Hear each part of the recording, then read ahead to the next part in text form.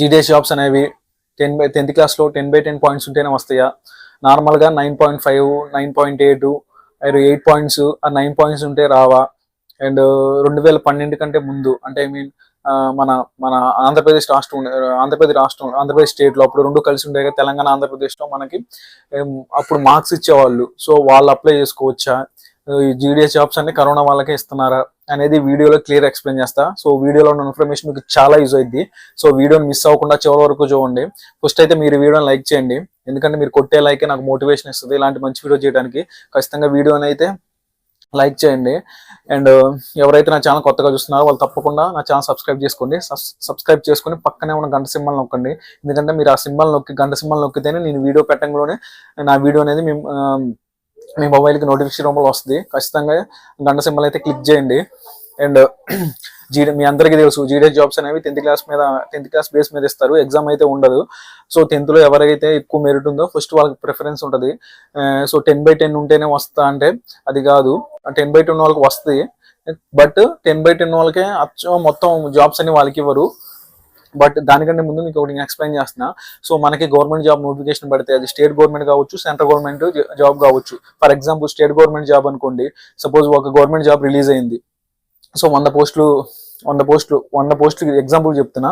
State government job 100 పోస్టులు release అయిన తర్వాత మనకి దాంట్లో సపోజ్ అదేంటిదంటే మన మన మన కాన్స్టిట్యూషన్ ప్రకారం ఏంటిదంటే కమ్యూనిటీ బేస్డ్ అంటే క్యాస్ట్ బేస్డ్ రిజర్వేషన్స్ అనేవి ఉంటాయి. రిజర్వేషన్ అంటారు, లేకపోతే కేటగిరీ అంటారు. రిజర్వేషన్ కేటగిరీ అని ఒకటి. సో సపోజ్ 100 పోస్టులు ఉన్నాయి. అందుట్లో జనరల్లో ఇన్ని పోస్టులు, ఒక 20 పోస్టులు, మళ్ళీ బీసీ వాళ్ళకి ఒక 20 పోస్టులు, ఎస్సీ వాళ్ళకి ఒక 20 పోస్టులు, ఎస్టీ వాళ్ళకి 20 పోస్టులు, ఈడబ్ల్యూఎస్ వాళ్ళకి 20 పోస్టులు. ఇలా డివైడ్ చేసుకోనుకోండి, ఇలా డివైడ్ చేస్తారు ఏ గవర్నమెంట్ జాబ్ కైనా. సో ఎందుకంటే అది రాజ్యాంగం ప్రకారం డివైడ్ చేస్తారు. కాన్స్టిట్యూషన్ ప్రకారం ఈ కమ్యూనిటీ వాళ్ళకి ఇన్ని పోస్టులు ఉండాలి, ఈ కమ్యూనిటీ వాళ్ళకి ఇన్ని పోస్టులు ఉండాలి, అది మనకి అవి డివైడ్ చేస్తూ ఉంటారు. సో ఫర్ ఎగ్జాంపుల్ 100 పోస్టులు పడ్డది అనుకోండి, ఓసీ వాళ్ళకి 20 పోస్టులు ఉంటాయి, ఎస్సీ వాళ్ళకి 20 పోస్టులు, బీసీ వాళ్ళకి 20 పోస్టులు, అండ్ మిగతా ఎస్టీ ఈడబ్ల్యూఎస్ వాళ్ళకి 20 పోస్టులు. ఇలా మనకి ఎన్ని క్యాస్ట్లు ఉన్నాయో అన్ని క్యాస్ట్ ప్రకారం డివైడ్ చేస్తారు. సో ఇప్పుడు ఏంటిదంటే ఇప్పుడు ఇది స్టేట్ జాబ్ గురించి చెప్తున్నా. సో సపోజ్ నేను ఒక జాబ్కి అప్లై చేసిన స్టేట్ జాబ్కి, అప్పుడు నేనేం చేయాలంటే ఇప్పుడు ఫస్ట్ నేను ఏం ప్రిఫరెన్స్ ఇవ్వాలంటే ఫస్ట్ నా కేటగిరీలో, ఇప్పుడు నేను బీసీ అనుకోండి, బీసీ కేటగిరీలో ప్రిఫరెన్స్ ఇవ్వాలి. తర్వాత బీసీ కేటగిరీని తీసేసి మళ్ళీ ఇది అయిపోయిన తర్వాత నువ్వు దేంట్లో ఇవ్వాలంటే ఓపెన్ ఆర్ జనరల్. ఈ జనరల్ అన్నా ఓపెన్ అన్నా ఒకటే కేటగిరీ, దాంట్లో పోటీ పడాలి. మనం ఏంటిదంటే ఎస్టీ ఎస్సీ వారు వేరే క్యాస్ట్ వాళ్ళతో మనకి పోటీ పడలేము, ఎందుకంటే ఇక్కడ ఆల్రెడీ వాళ్ళకి రిజర్వేషన్ వాళ్ళకి ఉంటుంది కాబట్టి వాళ్ళ కాంపిటీషన్ ఉంటుంది. సో మనం వాళ్ళతో పడలేము. అదేవిధంగా సెంట్రల్ గవర్నమెంట్ లో కూడా మనకి ఒక నోటిఫికేషన్ పడితే, సో స్టేట్ లో అన్ని బీసీలో ఉంటాయి, బీసీఏ, బీసీబీ, బీసీడి ఉంటాయి. బట్ సెంట్రల్ లో అయితే బీసీ కులాలన్నీ ఓబీసీ కిందకు వస్తాయి. ఓబీసీ, ఎస్టీ, ఎస్టీ, ఈడబ్ల్యూఎస్, ఈ నాలుగు ప్రెసెంట్ అయితే ఈ నాలుగిట్లో ఒక నోటిఫికేషన్ పడితే, సో మనం ఏంటిదంటే మన కేటగిరీలో ఏది ఉందో దానికి ఫస్ట్ మనం ప్రిఫరెన్స్ ఇవ్వాలి. దాని తర్వాత మనం ఏంటి ఓపెన్ లో ట్రై చేయాలి. సో ఇప్పుడు జీడిఎస్ నోటిఫికేషన్ పడ్డది అనుకోండి, ఒక 1000 పోస్టులకి నోటిఫికేషన్ పడ్డది జీడిఎస్ కి. మీరు నోటిఫికేషన్ రిలీజ్ చేసినప్పుడు వాళ్ళు పోస్టులు ఎక్కడెక్కడ ఖాళీగా ఉన్నాయో చూస్తారు, రిలీజ్ చేస్తారు. ఇప్పుడు సపోజ్ పలానా ప్లేస్, ఖమ్మంలో పలానా చోట, పలానా విలేజ్ లో బీపీఎం పోస్ట్ ఖాళీగా ఉంది. బీపీఎం పోస్ట్ కావచ్చు, ఏబీపీఎం పోస్ట్ కావచ్చు, గ్రాహక సేవక్ పోస్ట్ కావచ్చు. ఈ 3 పోస్టులు జీడిఎస్ జాబ్స్, ఈ 3 ఉంటాయి టైప్స్. సో ఈ 3 ఎక్కడ ఖాళీలు ఉన్నాయో వాళ్ళు చూపెడతారు. సో ఆ ప్లేస్ సపోజ్ ఖమ్మంలో ఒక ప్లేస్ ఏదో ఒక ఎక్స్ అనే విలేజ్ లో ఒక బీపీఎం పోస్ట్ ఖాళీగా ఉంది, అది వచ్చేసి ఎస్టీకి రిజర్వ్ అయింది, అంటే షెడ్యూల్ ట్రైబ్స్ కి రిజర్వ్ అయింది. సో మీరేంటిదంటే మీరు బీసీ అయ్యి ఉండి మీరు కనుక ఆ పోస్ట్ లో మీరు ఆప్షన్ పెట్టుకుంటే అది మీకు రాదు, ఓన్లీ ఎస్టీ ఎవరైతే ఉన్నారో వాళ్ళకే వచ్చింది. సో మీరు బీసీ అయి ఉండి మీకు 10/10 పాయింట్స్ ఉన్నాయి. బట్ తన ఎస్టీ అయ్యండి, వేరే అతను ఎస్టీ, తనకి 9 పాయింట్సే ఉన్నాయి.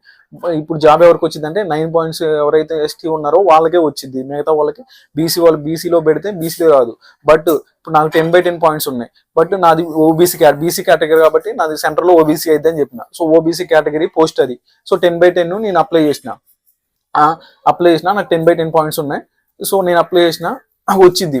అండ్ ఇంకోటి ఏంటంటే ఇప్పుడు నువ్వు జనరల్లో పోటీ పడవచ్చు. మళ్ళీ ఇప్పుడు బీసీ కాబట్టి, ఇప్పుడు బీసీ కేటగిరీ ఓబీసీ, నాకు 9 పాయింట్స్ ఉన్నాయి అనుకోండి.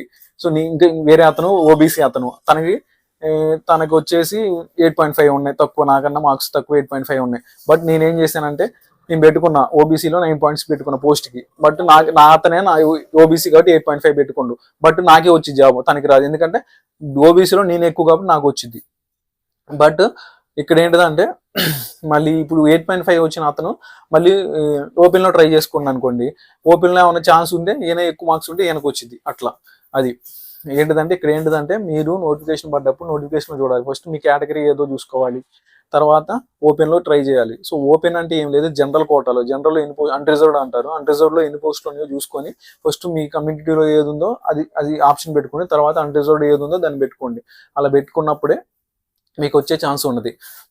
అది. అండ్ ఇంకో విషయం ఏంటిదంటే ఏజ్ అనేది ఉంటుంది. సపోజ్ నేను 10th క్లాస్ ఇప్పుడు 2026లో 2025లో పాస్ అయినా 10th క్లాస్.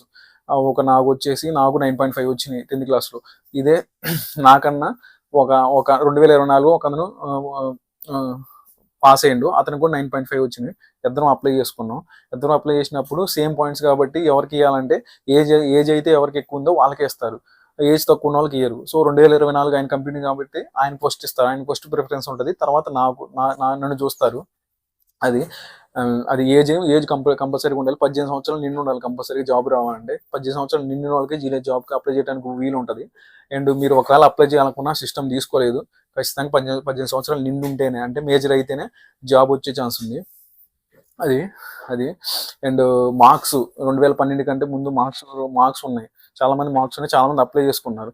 సో అప్లై చేసుకోండి, మీరు కూడా నోటిఫికేషన్ పడ్డప్పుడు అప్లై చేసుకోండి, ఎందుకంటే వచ్చే ఛాన్స్ అయితే ఉంది కంపల్సరీగా. చాలా మందికి ఒక 2-3 వచ్చినట్టుంది అలా. సో మీరు కూడా అప్లై చేయండి, ఏం లేదు. ఎందుకంటే అప్లికేషన్ ఫీజు అంతా 100 రూపాయలే, లేడీస్కి అయితే అది కూడా లేదు. సో అప్లై చేసుకోండి, ఇబ్బంది ఏం లేదు. అండ్ కరోనా బ్యాచ్ వాళ్ళకే వస్తుందా అంటే కరోనా బ్యాచ్ అని కాదు, అందరికీ మ్యాక్సిమం ఏంటిదంటే ఇక వాళ్ళు ఉంది. బట్ నార్మల్ కూడా ఇస్తున్నారు, అదేం లేదు. నార్మల్ వాళ్ళకి కూడా వస్తున్నాయి, ఓన్లీ కరోనా బ్యాచ్ వాళ్ళకి ఇవ్వట్లేదు, అందరికీ వస్తున్నాయి. అది.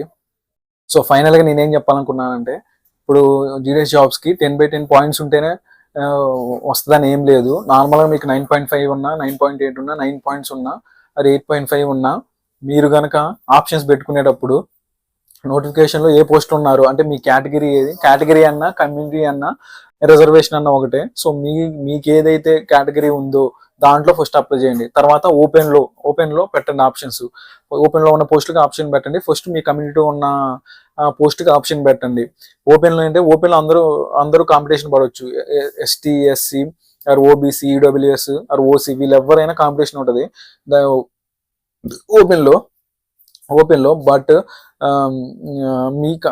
మీ కమ్యూనిటీ కేటగిరీ పోస్ట్ అయితే కంపల్సరీ మీ కమ్యూనిటీ వాళ్ళే పోటీ ఉంటారు. సో అందుట్లో మీకు కనుక ఎక్కువ పాయింట్స్ ఉంటే మీకు కంపల్సరీగా వస్తుంది. అది గుర్తుపెట్టుకోండి.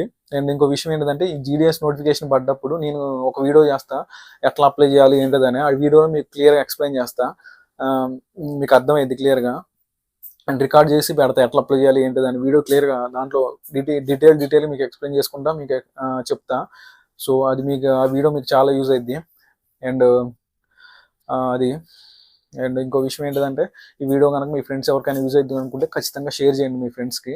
And thanks for watching my video.